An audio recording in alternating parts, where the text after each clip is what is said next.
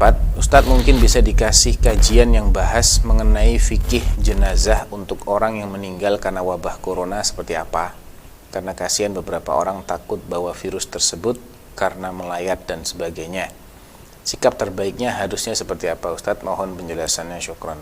Sebetulnya Dewan Fatwa sudah merilis fatwa ya kemarin, dan fatwa ini secara global membahas tentang hal-hal seputar bagaimana tata cara orang yang menggunakan alat pelindung diri untuk sholat, untuk toharoh, dan bagaimana penanganan pasien corona, dan bagaimana juga penyelenggaraan jenazah orang yang meninggal baik itu positif corona atau suspek ya, masih terduga.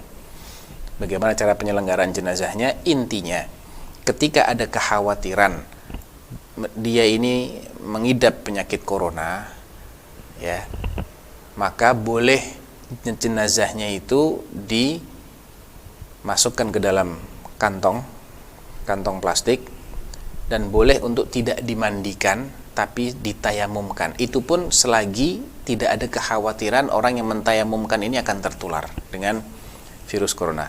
Jadi kalau ada kekhawatiran, nggak ada orang yang berani misalnya merawat jenazah itu, menyelenggarakan jenazah itu, maka dia boleh sekedar melakukan apa yang mampu dia lakukan.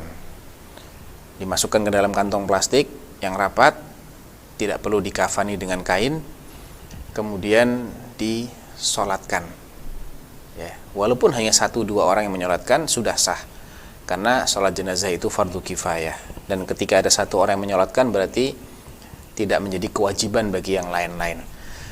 Kemudian dikuburkan dalam keadaan dengan kantong plastik yang kedap tadi itu, supaya virusnya, atau kalau dikhawatirkan dia mengidap virus, tidak menularkan kepada orang yang masih sehat.